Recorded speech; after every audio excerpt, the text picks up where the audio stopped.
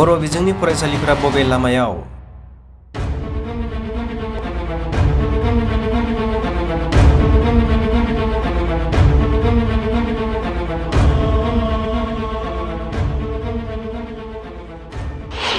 तामुलपुराव बर' बिजोंनि गुदि फरायसालिफोरा गोमालांनायनि लामायाव।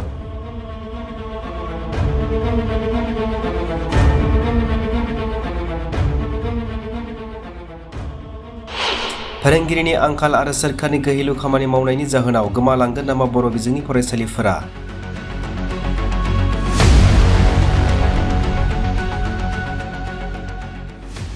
रायजोआव बर' बिजोंनि फरायसालिफोरा गंसेनि उनाव गंसे गोमालांनायनि लामायाव थांगासिनो दङ।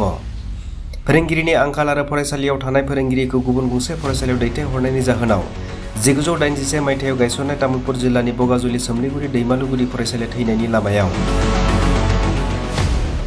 फोरोंगिरिनि आंखाल आरो सोरखारनि गोहिलु खामानिनि थाखाय थैलांनो हमबाय गुदि फरायसालिया होननानै ओनसोलनि रायजो राजाफोरा गोसोआव साननाय फैदों।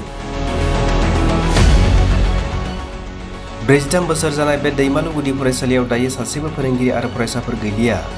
गामिनि रायजो राजाफोरा फोरमायथिनाय बायदिब्ला बे फरायसालिखौ फोथांना लाखिनो थाखाय गोबां नाजानायनि उनावबो सा 18 फरायसा फरायसुलि थानाय समावनो आसाम सोरखारा बे फरायसालिनि फोरोंगिरिखौ गुबुन गंसे फरायसालियाव दैथायहरनायनि थाखाय फोरोंगिरिनि आंखालाव दायो बन्द' जानानै दं। दैमालु गुदि फरायसालिया थैलांनायनि उनाव दायो बे जायगानि फरायसाफोरा खमैबो 3 किल'मिटार गोजानाव फैनानै सोलोंथाइ लाफैनो गोनां जाबाय।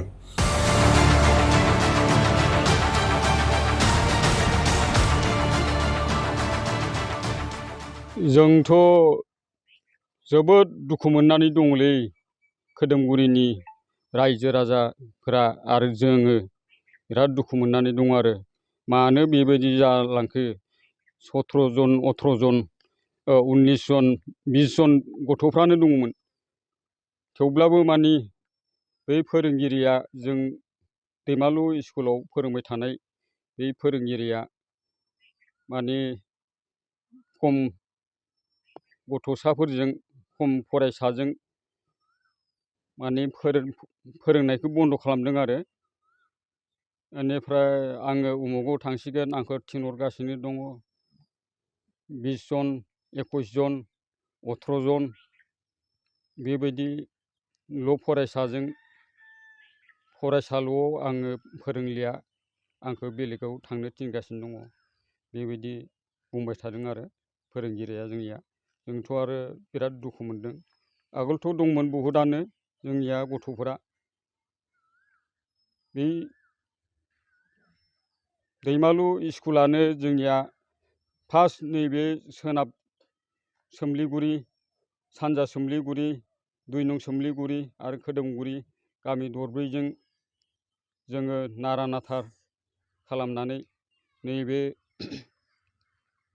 दैमालु स्कुलखौ फसंदोंमोन फसङै बेबायदिनो 40 बोसोरसो जाबायमोन 40 बोसोरसो जाना ओमफ्राय नैबे बोसोरनैल'सो गैया बोसोरनैयाव थारमाने ओरैहाय फोरोंगिरिया गैया जाहैबाय गथ'फोरा आलाय सिलाय जेरावनो मेरावनो फरायहैनांगौ जाहैबाय बेखायनो जोङो बिराद दुखु मोनदों आरो मानो बेबायदि जाखो जोंनि दैमालु फरायसालिया जाफिनबा हामगौमोन बेबायदि जादों आरो जोङो गोसोआव बिराद दुखु मोनदों आरो जोङो नुनो मोनदों जे नोंथांमोननि नैबे स्कुलाव मोनसे गोदान बिल्डिं बा स्कुल बिल्डिंबो जाबावबायमोन बियो माला जानायमोन आरो जिहेतु बे स्कुल बिल्डिं जानायनि उनावबो दा फरायसालियाव सासेबो फोरोंगिरि आरो फरायसाफोर गैला। नंगौ माने जोंहा बिल्डिं ग्रेन्ड न' मोनदों बेवहाय माने बिल्डिं ग्रेन्डनि सिगाङावनो थारमाने बे स्कुलखौ सरखारानो बुथारनाय बायदि जादों बेनिफ्राय जोंहा बे बिल्डिं ग्रेन्डखौ आगोलावनो हरखानाय नालाय बेखौ जोङो मोननो हादों आरो बेनिफ्रायथ' आरो फोरोंगिरियाबो जोंनिया गुबुनाव फोरोंहैबाय 20 जन 21 जन 18 जनजों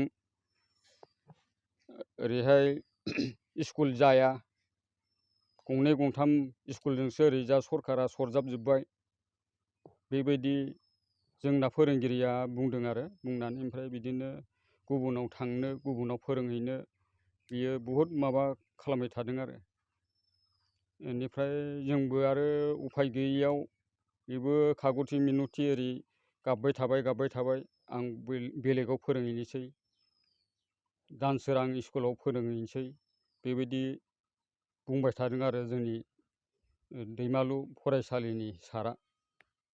बेबायदिनो बियो थांबाय आरो थांनानै ओमफ्राय बोसोरनैसो जाबायमोन। बोसोरनैनि उनावनो ओमफ्राय ओरै बिल्डिं ग्रेन्टखौ जों मोननो हाबाय।